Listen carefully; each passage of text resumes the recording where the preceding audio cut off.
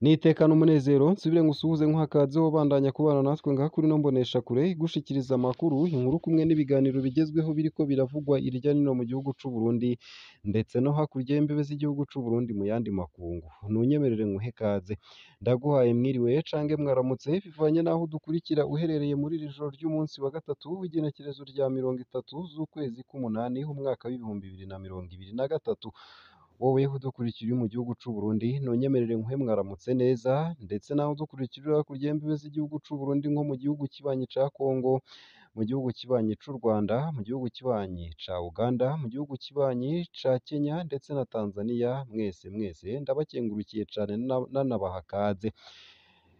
Nokwibutsa ko tugushikiriza amakuru ariko aravugwa mu bisata bitandukanye nk'igisata c'inkino, igisata c'indero, igisata c'imigenderanire n'ayandi makungu, igisata ca politike, igisata c'agateka kazina muntu, igisata c'ubutunzi, igisata c'amagara y'abantu, igisata c'uburimyi n'ubworozi, kumwe n'ibindi bisata bitandukanye ngaha mu gihugu c'u Burundi. Ico utegerezwa nta kindi n'ugufyonda sabone canke subscribe nawe utarafyondako, hama ukabandanya urashikirwa n'amakuru yose, inkuru kumwe n'ibiganiro tubandanya gushikiriza binyuriye ngaha kuri ino mboneshakure imwe rudende, ibibakusanyiriza ikabibatohoreza, hama ikabibashikiriza vyose uko vyakabaye kamwe ku kandi atana kamwe kavuyemwo, namwe nyene bikabashikako mu ba mbere kandi ku gihe. Mu ntara ya Gitega abantu indwi baciriwe gupfungwa kuva ku mwaka umwe n'imyaka ibiri bagirizwa guhuza ibitsina babisangiye. Mu bapfungwa indwi bagiriwe n'icaha co guhuza ibitsina babisangiye, batanu baciriwe gupfungwa imyaka ibiri, babiri baciriwe gupfungwa umwaka umwe, abandi 18 barejejwe na sentare nkuru ya Gitega hagati mu Burundi. Abababuranira bavuga ko bazokunguruza urubanza. Urwo rubanza rwasomwe kuri uwa 22 Myandagaro 2023 kubw'abababuranira. Abo bagiriwe n'icaha bamwe barakora, abandi ni abanywanyi b'ishirahamwe Muco. Iryo shirahamwe rikorera mu Burundi ryari ryatunganyije inyigisho nkarishabwenge igihe bahagarikwa n'igipolisi n'igendereza ku mugwa mukuru w'intara ya Gitega mu mpera z'ukwezi kwa Ruhuma 2023. Umwe niwe yaciriwe urubanza atarengutse, n'uwahoze ari umunyabigega w'iryo shirahamwe. 18 mu bari bapfungiwe ico caha barejejwe, batanu bacirirwa gupfungwa imyaka ibiri, nayo abandi babiri bakaba bazopfungwa umwaka umwe. Uko akaba ari kumwe mu bashingwamanza babo asigura. Abo bantu indwi basanzwe ari abanywanyi b'ishirahamwe Muco bagiriwe n'icaha co gusambana bahuje ibitsina no guhamagarira abantu mu bushurashuzi. Uko akaba ariko amasoko mu butungane yemereye SOS Media Burundi tunakesha iyi nkuru. Urupfu rw'umwe mu bantu bejejwe. Merve Shurweryimana yarapfuye mu ijoro ry'uwa kane rishira uwa gatanu uheze.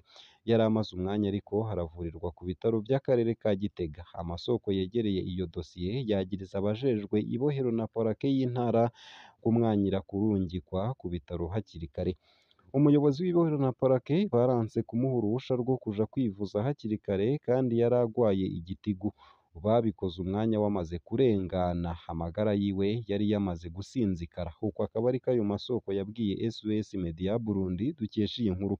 Uwo yahoze ajejwe kumenyekanisha ishirahamwe Muco haturuka ku mutumba Mugutu muri komine Gitega mu ntara ya Gitega, akaba yarafubwe ku munsi wa kabiri kubw'amasoko yegereye umuryango wiwe.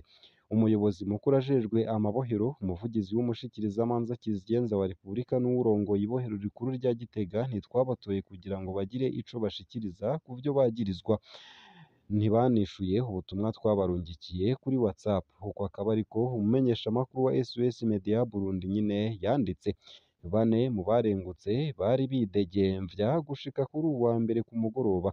14 mu bategerezwa kurekurwa inyuma y'ingingo ya sentare nkuru ya Gitega bari bakiryamye mu ibohero rikuru rya Gitega. Umwe mu bashingwamanza yiyamiriza ukudakurikiza amategeko. Abahuza ibitsina babisangiye b'Abarundi mbere n'ababa inyuma y'igihugu aho bari hose muri Leta Zunze Ubumwe za Amerika bategerezwa gucibwa bigizweyo baravumwe. uko akaba ariko umukuru w'igihugu Evariste Ndayishimiye yashimangiye mu mwiherero w'abashingamateka n'abakenguzamateka mu ntango z'ukwezi kwa gatatu ariko adatomoye umurwi hari haheze iminsi wafashwe mu gisagara ca Gitega ku wa 15 Myandagaro naho mu gihe hahimbazwa isabukuru y'imyaka 125 y'ishengero rya Katolika mu Burundi ntiyariye umunwa imbere y'uwuserukira umwungere mukuru wa Ekereziya. Nubwo abakoroni bazanye ubukristu mu Burundi, turababazwa nuko bahimiriza abahuza ibitsina babisangiye, ugukorora inda, gukora ibigwanisho ruhonyanganda hamwe no gusonga indembe. Uko akaba ariko yagaragaje umubabaro. Abababuranira bavuze ko bazokunguruza urubanza. Gushika muri Kigarama 2022, ibihugu 68 ku isi vyariyamirije uguhuza ibitsina ku babisangiye. Ivyo bihugu biri muri Aziya, Afurika no muri mwaye Orient. Ibihugu bitari munsi ya 10 muri vyo birashira mu ngiro icaha co gupfa ku bahuza ibitsina babisangiye. Mu Burundi bahanishwa igipfungu gishobora gushika ku myaka 2 kumwe n'ihadabu. Nayo mu makuru ariko aravugwa hanze y'imbibe z'igihugu c'u Burundi nuko induta mu gihugu ca Tanzania mw'ikambi ihaye indaro impunzi abana bashika 5 batowe umugera wa sida irya mbere kuva mu mwaka w'2015. Abana batanu bari munsi y'imyaka 5 baratowe umugera wa VIH sida mw'ikambi ya Nduta mu gihugu ca Tanzania. Impunzi zivuga ko zifise ubwoba ko abana boba barandujwe umugera n'abavyeyi boba ari benshi.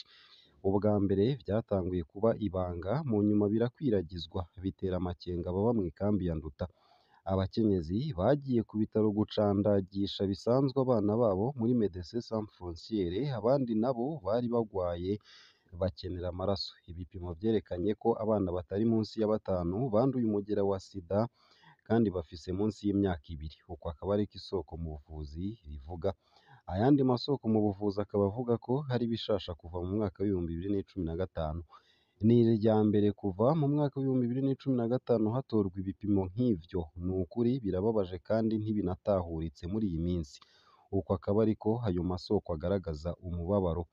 Abavyeyi b'abo bana bavuga ko habaye minenerwe bakiyamiriza akazi gakorwa nabi.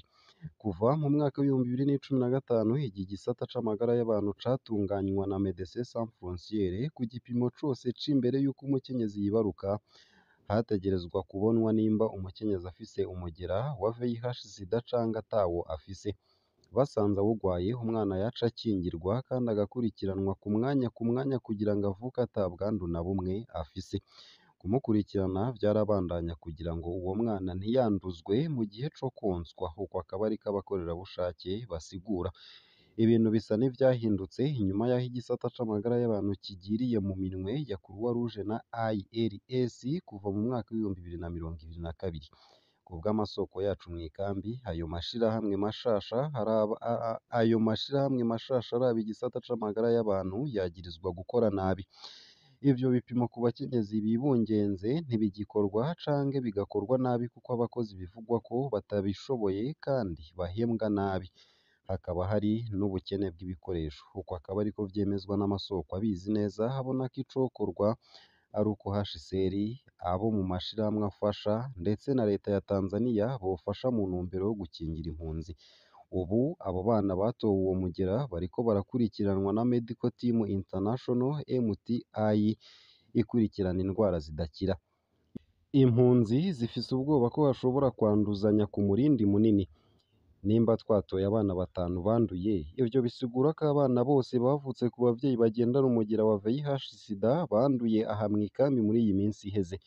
Birateye ubwoba. Turafise amakenga ko hari ubwandu butazwi aha mw'ikambi. Uwo akaba ari wo mwitwarariko w'impunzi zita ibirake kuri HCR yafashe minenerwa amagara yabo yategerezwa gukingira mu guha ibikorwa abatabishoboye. Basaba ko hoba gupima mu kivunga. Womenya ko ikambi ya Nduta iharurwamwo impunzi z'abarundi zirenga ibihumbi 76. Ngaha akaba ari naho dusozereye ano makuru twari twabateguriye ariko aravugwa irya nino mu gihugu c'u Burundi kumwe no hakurya y'imbibe z'igihugu c'u Burundi mu yandi makungu. Ico utegerezwa ni ukubandanya ubana natwe. Kubana natwe nyene ni ugufyonda sabone canke subscribe nawe utarafyondako hama ubandanye urashikirwa n'amakuru yose, ibiganiro kumwe n'inkuru tubandanya gushikiriza ngaha kuri ino mboneshakure.